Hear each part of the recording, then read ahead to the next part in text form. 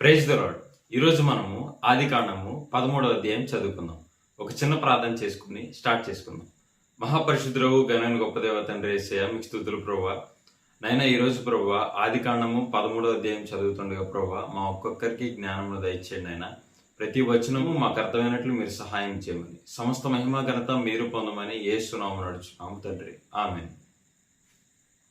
దయచేసి మీ బైబిల్లను ఓపెన్ చేయండి. బైబిల్ లేని వారికి ఈ స్క్రీన్ మీద వాక్యం చూపించబడుతుంది.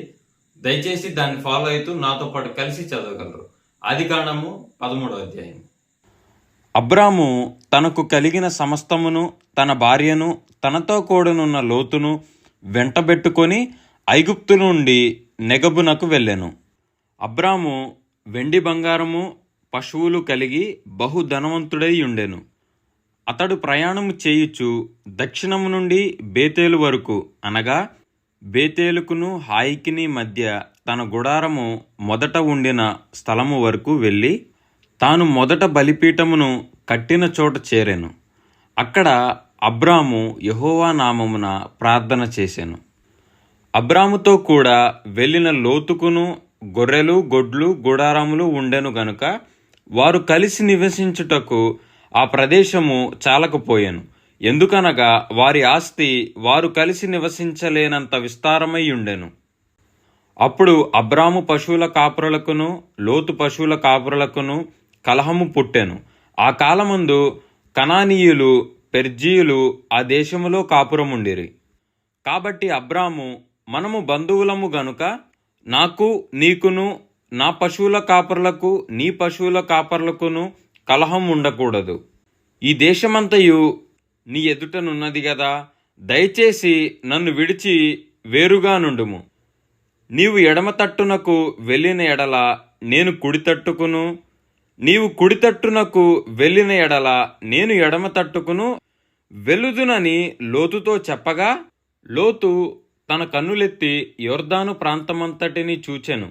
యెహోవా సొదొమ గొమొర్రా అను పట్టణములను నాశనము చేయకమునుపు సోయారుకు వచ్చు వరకు అదంతయు యెహోవా తోట వలెను, ఐగుప్తు దేశము వలెను నీళ్లు పారు దేశమై ఉండెను. కాబట్టి లోతు తనకు యొర్దాను ప్రాంతమంతటిని ఏర్పరచుకొని తూర్పుగా ప్రయాణము చేసెను.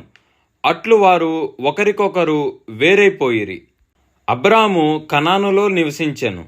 లోతు ఆ మైదానమందున్న పట్టణముల ప్రదేశములో కాపురముండి సొదొమ దగ్గర తన గుడారము వేసుకొని, సొదొమ మనుషులు దుష్టులను, యెహోవా దృష్టికి బహు పాపులనై ఉండిరి. లోతు అబ్రామును విడిచిపోయిన తరువాత యెహోవా, ఇదిగో నీ కన్నులెత్తి నీవు ఉన్న చోట నుండి ఉత్తరపు తట్టు, దక్షిణపు తట్టు, తూర్పు తట్టు, పడమర తట్టును చూడుము. ఎందుకనగా నీవు చూచుచున్న ఈ దేశమంతటిని నీకును నీ సంతానమునకును సదాకాలము ఇచ్చెదను. మరియు నీ సంతానమును భూమి మీద నుండి రేణువుల వలె విస్తరింపచేసేదను. ఎట్లనగా ఒకడు భూమి మీద నుండి రేణువులను లెక్కింపగలిగిన ఎడల నీ సంతానమును కూడా లెక్కింపవచ్చును. నీవు లేచి ఈ దేశము యొక్క పొడుగున వెడల్పున దానిలో సంచరించుము.